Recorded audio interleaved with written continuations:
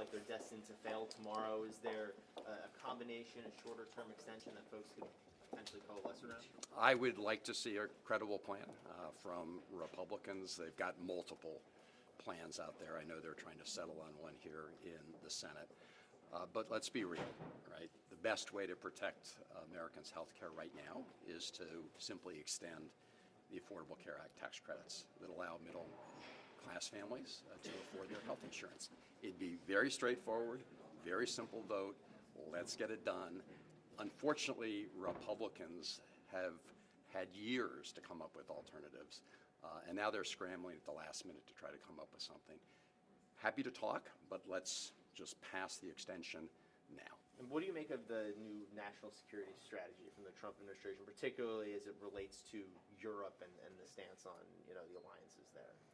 Well, their new national security strategy is a complete retreat from some of the important principles that have been part of American foreign policy for a very long time.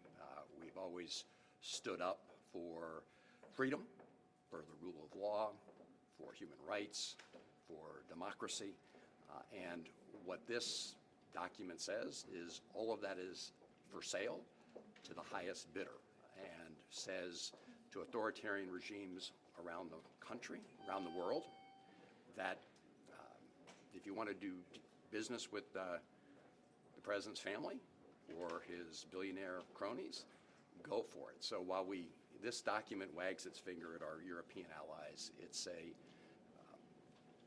it's a real bonanza for people like Vladimir Putin and authoritarian leaders around the world. Just given the way this vote is going to shake out tomorrow on health care, do you worry from a politics perspective that voters are going to look at both parties putting up their own version of something and neither of them passing it, and then instead of feeling energized to vote, just say, well, no one's going to do anything to help us, and they've just got higher costs?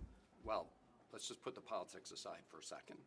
We need to make sure that this ticking time bomb, which is set to go off at the end of this year, is diffused.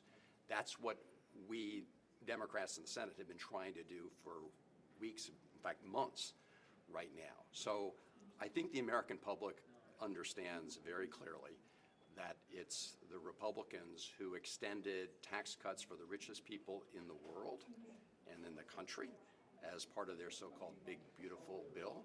The one tax cut they allowed to expire was this tax credit that allows middle-income families in America to afford their health insurance. So I think the public understands very clearly that this is just part of the ongoing Republican attack on the Affordable Care Act, on Obamacare.